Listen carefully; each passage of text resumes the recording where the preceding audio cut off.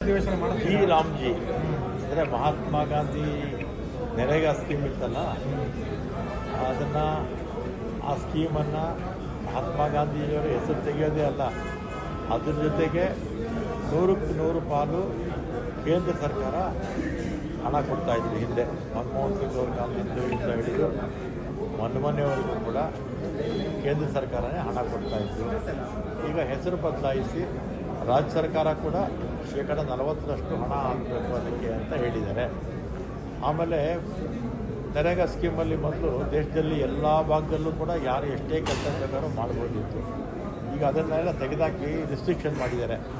Restriction ಮಾಡಿ ಆಯ್ದ ಪಂಚಾಯಿತಿಗಳಲ್ಲಿ ಮಾತ್ರ ಅವ್ರು ಯಾವ್ದು ಹೇಳ್ತಾರೋ ಅಲ್ಲೂ ಮಾತ್ರ ಕೆಲಸ ತಗೊಳ್ಳೋದಕ್ಕೆ ಅವಕಾಶವನ್ನು ಕಾಯ್ದೆನಲ್ಲಿ ಮಾಡಿಕೊಂಡಿದ್ದಾರೆ.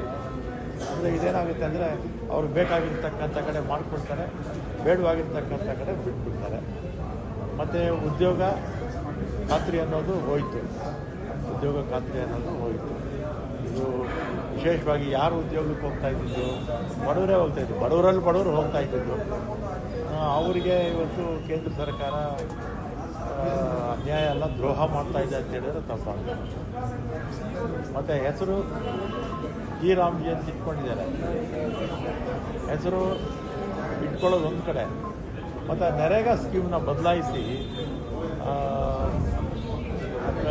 ಯಾರು ಉದ್ಯೋಗ ಸಿಗ್ತಾ ಇತ್ತು ಅಂಥವ್ರಿಗೆ ಉದ್ಯೋಗ ತಪ್ಪಿಸುವಂಥ ಕೆಲಸವನ್ನು ಮಾಡಿದ್ದು ಇದೊಂದು ನಮ್ಮ ದೇಶದ ಬಡ ಜನತೆಗೆ ಮಾಡಿರ್ತಕ್ಕಂಥ ಒಂದು ದೊಡ್ಡ ದ್ರೋಹ ಅಂತೇಳಿ